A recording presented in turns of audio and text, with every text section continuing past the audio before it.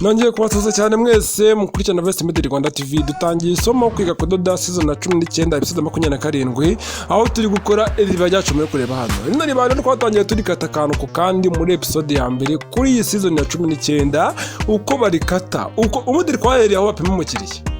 Wewe mushyashya ni we ndimo ndabwira, wewe dusanganwe ibyo ndi kuvugura bizi kuko warabyize. Rero hari ukuntu nyine umukiriya aza kudodesha ugavuga ati ubwo wahisemo moderi reka ngupime. Ibyo nibyo twahereye. Ndagira ati bapima gutya. Nyuma yaho iyo ugiye gushushanya buryo umwenda kuri ujya kuwukata urabanza ukagabanya bya bipimo ugateranya amakutiri. Ibyo nabyo twarabikoze. Nyuma yaho urashushanya. Iyo umaze gushushanya urakata. Ibyo byose twarabikoze. Aho tumariye gukata kwa kundi umuntu ajya komeka virizerine agatera pasi nyine na virizerine. Ibyo byose twarabikoze. Tuyakudura byose mwarabibonye. Dore zose ni incamake z'ibyo twagiye dukora. Rero ko umuntu uje kwiga hano wenda utavuga ati wenda ubwo ari amasomo ya online uko byamera kose hari ibyo batagaragaza, sizi ko umuntu yakora umwenda akantu ku kandi akazigisha iryo somo akarigeza ku musozo yaritangiye akantu ku kandi uko byamera kose wasanga rigenda ryo kwishakira views. Ubu usanga umuntu nyine agira ngo yikururira abantu gusa ariko nta kintu kizima abantu batoramo kubera ko hari ibintu byinshi aba yataraguritse bitagaragara. Rero ngiye ntago ari gutyo meze, ni ukuvuga ngo buri kantu kose ndagafatiye ishusho. Niyo mpamvu bigeze kuri ino episode yose. Ikoti ryo none tugeze kuri 50 na ikoti ni ukuvuga ngo ndabahereza episode banzereza ya nyuma mu kanya. Nibi nkundira ndaza kuba episode banzereza ya nyuma nababwira ati ntabwo meze neza. Izi episode ebyiri zikoze umunsi umwe yabanjirije n'iyi ngiyi. Ndashaka no kureba indi kurikiraho naho nyikore none kugira ngo niyibura iyo ndi bukore kurikira iyi ngiyi niyibuze kubanziriza finale ku buryo nibura nzagaruka nzabahiriza finale. Sasa reze n'incamake nkiri kubereka hano ibi byose nibyo twagiye dukora ama Ep27 akantu kandi urabona ko n'ukuntu incamake zitinda. Ubundi nk'abantu wenda bakora nk'ibintu by'amafilime no urugero nanze ariko izi ntago ari filime.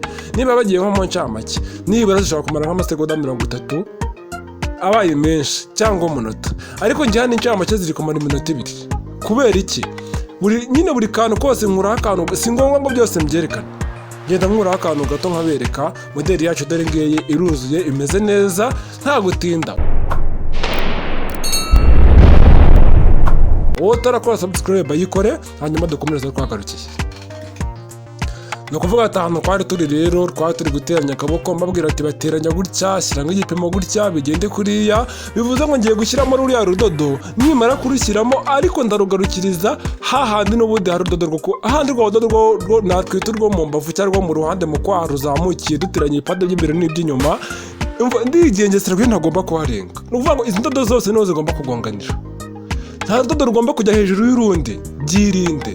Kandi nta n'urudodo rugomba gutandukana n'urundi ngo wajyemo akantu k'intera. Niyo ya 25 ntabwo byemewe. Byegeranye bimere nk'ibikoranaho ariko ntihagire urudodo rumwe rujya hejuru y'urundi. Ibyo bintu birumvikana. Ntangaha ahantu ngarukiye nzi neza ko ari rwo rudodo rwo mu kwaha.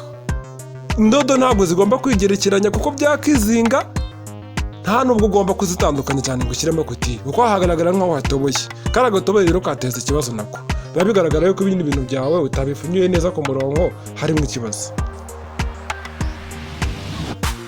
Niyo mpamvu babwira ati akantu ku kandi barayo badisa. Wabonye noneho nyimara guteranya akaboko kacu noneho ngiye guhuza rwa ruhande rundi rusigaye hano.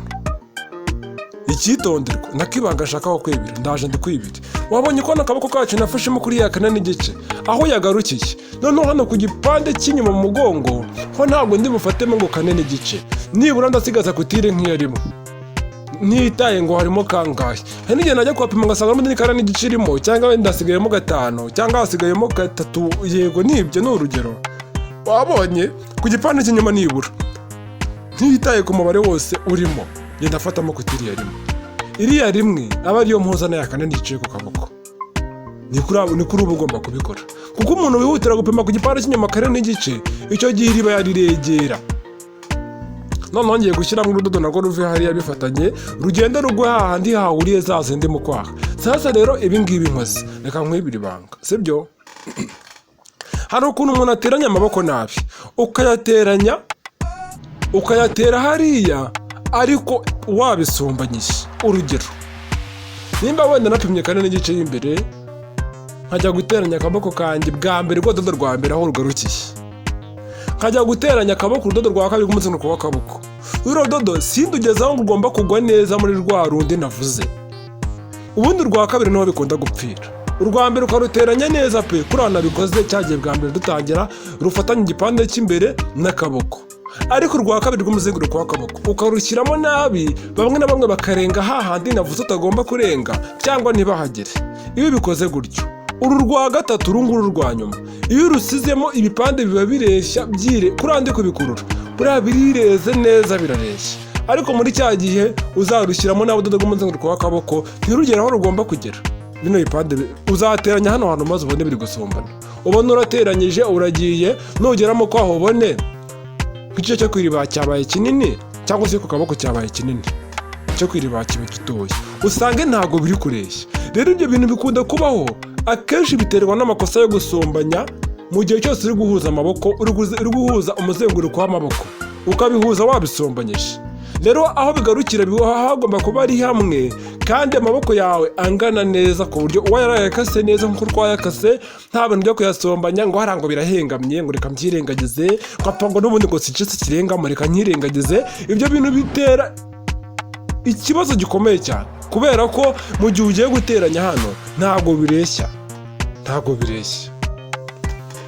Kanezereye ko muri kubyumva neza kubera ko umva uzi ko ahari munyari ubwa mbere nyine ndwaye akarwara ko gusarara ijwi rikagenda kuva navuka no bwa mbere. Hari abantu baba bimenyereye ariko njye no bwa mbere bino bintu bimbayo sinzi ngo byatewe n'iki, ariko nyine ni ibintu biba birahirika. Buriya sinabwiye ngo buriya satani nawe aba ari gukora buriya bavuga ati reka mbaze mwicira ijwi amare nk'icyumweru adasobanura abanza asubira inyuma cyangwa ashwane na bamwe muri mwebwe muba mumukurikirana umunsi ku wundi bavuga ati ntabwo buri gihe azajya ahora dukorera utuntu twiza dutungura wenda nyine mbatungura, hanyuma satani nawe reka abanza afatiriho anca intege abanza yica ijwi ryanjye mara iminsi ndasobanura, ariko ntabwo byamuhira. Niyo byanamuhira buriya njyewe reka umva mbanze neza yuko mba ndi kwifashiriza abantu kandi Imana iri hafi yanjye kugira ngo inshyigikire imfashe. Rero ibigeragezo bibaho byose umuntu abicamo, yamara kubicamo ubuzima bugakomeza, kandi niyo butanakomeza nabwo ntacyo, ariko nzi ko hari ibyo nakoze bizima. Buriya ntacyo, buriya nzi neza ko hari ibizima nakoze nabwo mba numva ntoje. Ntabwo ari kimwe n'uko ubuzima butakomeza uzi neza ko abantu warabagiriye nabi warababaje nta kizima wabagaragarije yewe nta ajya babyita gute yewe mbuze ikinyarwanda cyabyo ariko ndakibagiwe. Nyine kuri umuntu ashaka kwitahira wenda akavuga ati hari ibikorwa byiza yakoze wenda nyine ntabwo tubereye intwari ariko nyine nta kundi, ariko ngereka ntabwo ari gutyo. Tugomba gukora ibintu hano bizima bifasha abantu benshi hano mba ndi kubakora inzira yatuma babona amafaranga. Ibiri nka bya bindi wenda oya nako kano kaboko nako ngiye kugateranya nk'uko nateranyije ka kandi ka mbere. No ibi bintu byanjye ni ukuvuga ngo bimeze nyine nko kubereka inzira yatuma ushaka amafaranga nyine ukagera ku iterambere ugakora. Hari abantu benshi babikora ari ibintu bya scam biri aho, bantu bazana ibintu ngo by'amalinki ngo shoramo ngo ushaka abantu ngo bashiremo. Biriya bintu murabizi uko bitanemewe kubera ko akenshi aba ari scam kandi bakunda kurya abantu amafaranga yabo. Ariko njyewe nubwo bwose nanjye mbabwira abantu ati dushaka amafaranga dore inzira yatuma mubona amafaranga, ariko njyewe uko byamera kose ntawe mbwira ngo kugira ngo ujye muri iyo nzira tanga amafaranga ya mirenge ngo uzane abantu 10 ngo uzane bangahe. Hoya we nimba koko ubonye ko ibyo bintu bigufashije nawe fasha abandi, kandi njyewe icyo ngusaba ufata umwanya urebe gusa wige, numara kwiga nawe ibyo uri kwiga bizagufasha. Biba bitandukanye na bya bindi bakubwira ngo gufungura iyo linki ngo ushyiremo 200,000 ngo nicyo gishoro cya mbere, hanyuma ngo buri munsi ngo uzajya ubona 50,000. Ugasanga umuntu uri kubikubwira se wehe amaze gukura mwangaye. Njyewe buriya hari abantu nageze muhura nabo bambwira ibyo bintu mbwira atari ubundi mbere yo kubimbwira we bakuye mwangaye. Ese ubundi wanayakuramo?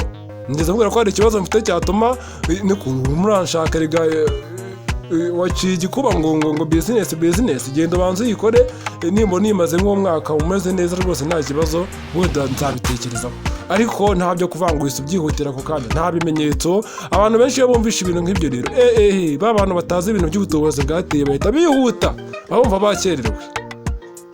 kandi shara ukuntu ibintu bitangira bimeze neza burya ibyo bintu bikanaza abantu bayabona ariko gatoya nyuma y'igihe gito ukajya wabibona neza umaze gushyiramo nk'abantu benshi noneho wowe ukaba warakwemwa ayawe ariko ba bantu bandi washyizemo sasa rero uzi icyo bagukorera ariko niwo barabashizemo buriya rero uranayabishyura ariko buriya binakomeye cyane ahubwo mujya mwitondera ibintu bakubwira ngo shaka abantu ushyiremo bashore kuko ushobora kubashyiramo ntibigende neza ugahura n'ibibazo sasa rero ni ukuvuga ngo wowe warakwemwa ayawe ariko warikomereje n'ayawe ati bimeze neza wazumva waratuje haciyemo nk'igihe ukumva ba bantu wagiye ushyiramo umva waranshutse ariko buriya watumye nkora ibidakwiye none amafaranga yagombaga gukora ibi dore watumye mfata n'agakeredi bivuze ngo ibi bintu nubwo bwose bigiye kumbana ibibazo nawe bikugireho ingaruka ko niba winsizemo nzagutanga mvuye ko ari wowe gutya umva ugasanga bibaye ibibazo rero ntimukazamwishyira mu bibazo ntabwo ari byiza hano rero urabona ko umaze guteranya hariya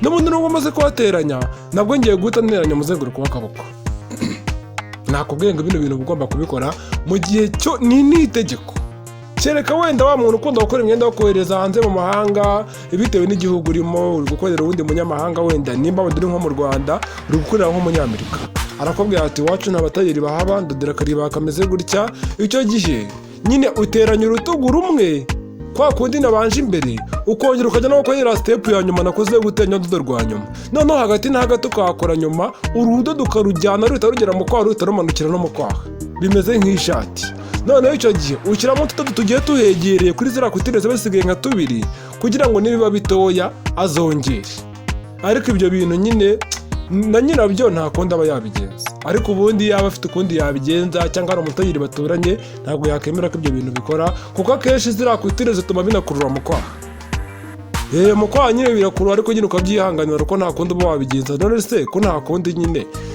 ariko mu gihe cyose uri gukorera umuntu wenda nimba uri mu Rwanda umunyarwanda mugenzi wawe cyangwa nimba uri mu baturanyi umuturanyi mugenzi wawe yeko muri kumwe aho hafi cyangwa uri ahantu uzi neza ko hari amamashini biteranye gutya amamashini y'abatayeri nyine abantu badoda niyo ari umuntu utabazi kudoda atarabimenya neza kongera nyine byapfa kumunanira nubwo bwose nyine mbashishikariza ko ugomba gukora ikintu uzi nimba ugiye kongera rino ribaya ryongera ariko nibura ibyo ugiye gukora uba ubizi nese wajya kongera ariya maha utazi gukora amaha yo gusiga usuga wamenya wongera gute ni nk'ibintu byambayeho bwa mbere njya mu bintu by'ubudozi rwose nkiri mutoya ko nabigiyemo kubera mama wanjye yari umudozi narababwiye noneho ngewe narabwiye ko nari nturanye n'ahantu habaga akantu k'agakampani noneho bakundaga kwambara amasarubeti nkiri umwana muto maturiye nyine mu cyaro noneho koko bari bazi ko ariko abatayeri bari hafi noneho hari nk'ukuntu umuntu isarubeti yicika yarakabije cyangwa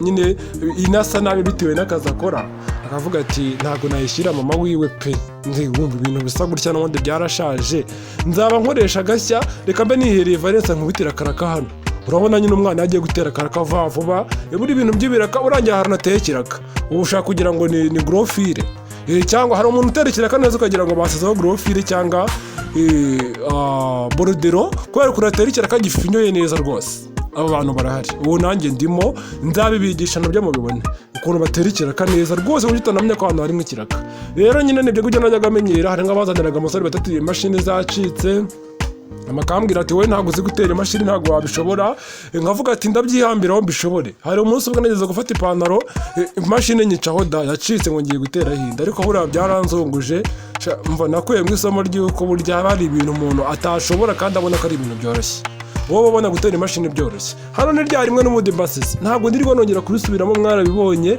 ibi ngibi reka twiganirire kuko mwarabibonye wereba akantu ku kandi ibyo ndi gukora uraba uri kubibona nawe undi ujya kumbwira ngo biriya ni ibiki nkoze wabibonye si wabibonye rero ni gutyo byagendaga ariko nyine nkahita nanjye ngira amatsiko yo kubwira mama ati nyigisha uko batera imashini mbibona ahangaha ati kugira ubimenye neza doda nk'akantu k'agakabutura urwego ugezemo wenda ndabona wadoda akantu k'akenda dodera uriya murumuna wagakabutura gato nkwereka ukuntu batera imashini nshaka kadoda pe rwose mama wanjye ndamushimira ibyo bintu yarabimfashijemo cyane rero niyo mpamvu nawe nkubwira ngo wenda mama ashobora kuba atari umutayeri cyangwa wenda n'abantu wenda ashobora kuba gutya wenda mama yewe wenda yaranitahiye birumvikana mwihangane mubifate nabi ariko hari n'ukuntu umubyeyi waba ari umutayeri cyangwa akora ibyo wiga cyangwa ibyo ukunda uragerageza ukareba ukuntu wamukuraho ubumenyi gahoro gahoro witonze.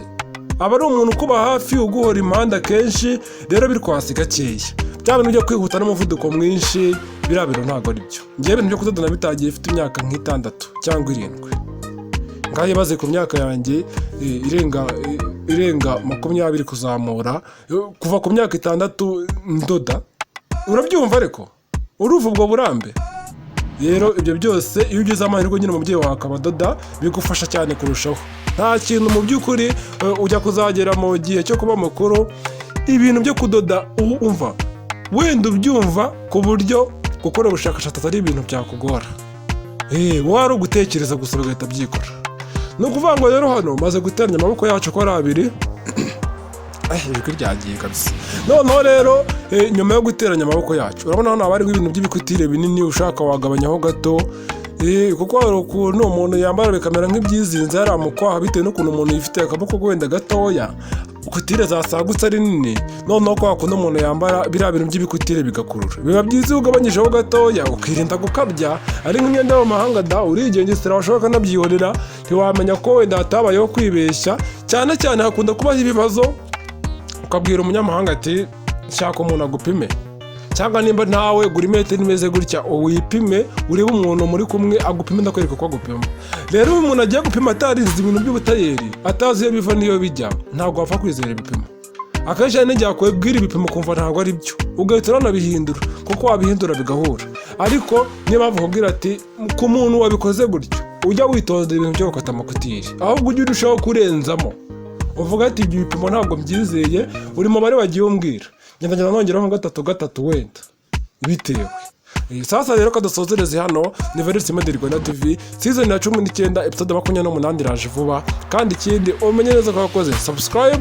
Ikindi rero nimero y'inkunga ngiyo ushobora kudushyigikira, ushobora kudufasha tugushobora gukora n'amasomo menshi kandi ushobora no gufasha mwarimu rwose dore akajwi kagiye se mu byumva. Rero nyine nakubwiye ati nta birenze bitanakunze wenda hari abantu benshi bavuga ati ndi kwiga sindakorera amafaranga. Nta kibazo reka twikomereza turebe n'akandi gace kandi ndabakunda cyane. Bye bye.